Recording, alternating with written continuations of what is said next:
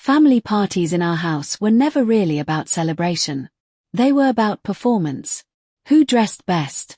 Whose kids were most successful? Who brought the most impressive dish? And every single time, without being asked, I cooked. Not because I had to. Because it was the only thing that felt like mine. This time, it was my grandmother's anniversary dinner. 40 people. Maybe more. My mom had been stressing for weeks about what people will think. I offered to handle the food.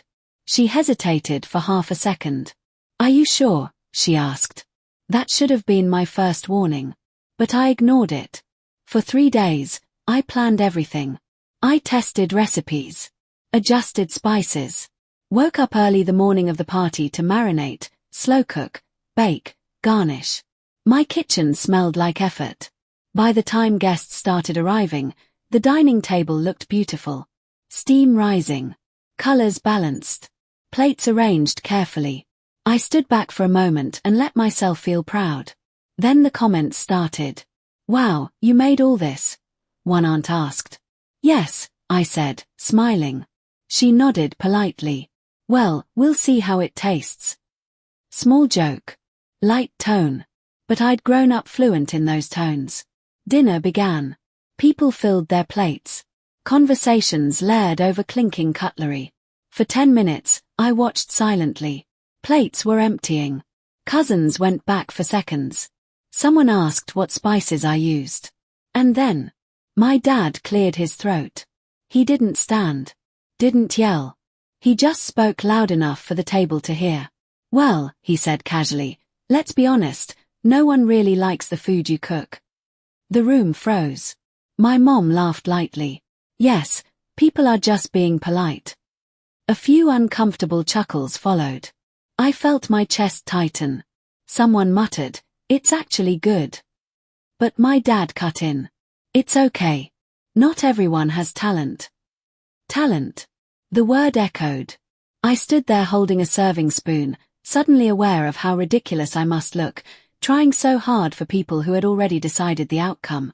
My cousin avoided eye contact. My aunt focused very hard on her plate. No one defended me. No one said, "That's not true." Because in this house, my parents' opinions were facts. I slowly put the spoon down. Smiled. "Oh," I said softly. "Good to know." My mom waved her hand dismissively. "Don't be sensitive. We're just honest." Honest. That word again. Honesty, in our house, only flowed downward. After that, the food tasted different to me. Bitter. Heavy. I couldn't swallow more than 2 bites. But I kept moving. Refilling water. Clearing plates. Acting normal. Because that's what I'd always done. Later, in the kitchen, I overheard my dad talking to my uncle. "They need to toughen up," he said. "If I don't tell them the truth, who will?" Truth. Was it truth? Or control? When most guests had left, I stood alone washing dishes. Grease clung to the pans. My hands smelled like garlic and humiliation. My mom walked in. "You know," she said casually, "next time maybe let someone else cook. It's just not really your thing." Not my thing. I looked at the sink full of evidence of my effort. 3 days. Sleepless nights. Careful planning. Reduced to a sentence. Something inside me didn't break. It settled. A quiet understanding. If no one liked the food I cooked, then I would stop cooking for people who needed me small. That night, instead of crying, I did something different. I opened my laptop. I searched for local food markets. Pop-up stalls. Community cooking competitions. Cafe partnerships. I scrolled for hours. And then I found it. A weekend food fair accepting independent cooks. Application deadline. Midnight. I looked at the clock. 11:17 p.m. I didn't overthink it. I filled out the form. Attached photos of my dishes. Wrote a short description. Home food made with patience, not performance. Then I hit submit. For the first time that day, I felt steady. Not angry. Not hurt. Clear. At the next family gathering, when my mom texted, "What are you bringing this time?" I typed back. Nothing. 3 dots appeared instantly. Why? I stared at the screen before replying. Since no one likes my food. I thought I'd save everyone the trouble. She didn't respond for a long time. And that silence felt better than any compliment I'd ever chased. If you want, I'll write part 2, 3,500 characters, where the food fair changes everything. Parents start hearing about you from other people. The email came 3 days later. Application approved. I read it twice to be sure. They gave me a small stall. Saturday and Sunday. I had 1 week to prepare. No backup plan. No family support. Just me, and the same food that apparently no one liked. I didn't tell my parents. Not because I was hiding it, but because I was done asking for belief. The week moved fast. I refined the menu. Simplified dishes that could handle volume. Calculated costs.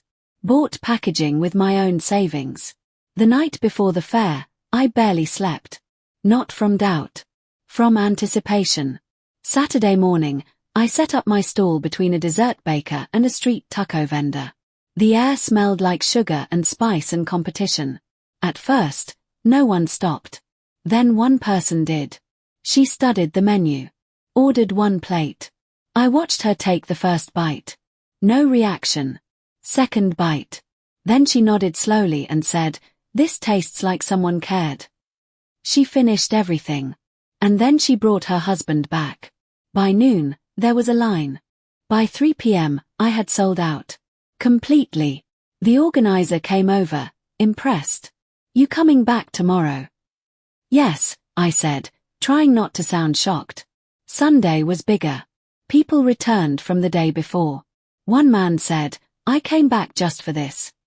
Another asked if I catered private events. Someone tagged my stall on social media. My name, attached to praise. Real praise. Not polite family silence. Not forced honesty. When I got home that evening, exhausted and smelling like spices and success, my phone was buzzing. Notifications. Messages. And one text from my cousin. "Why didn't you tell us you were at the food fair?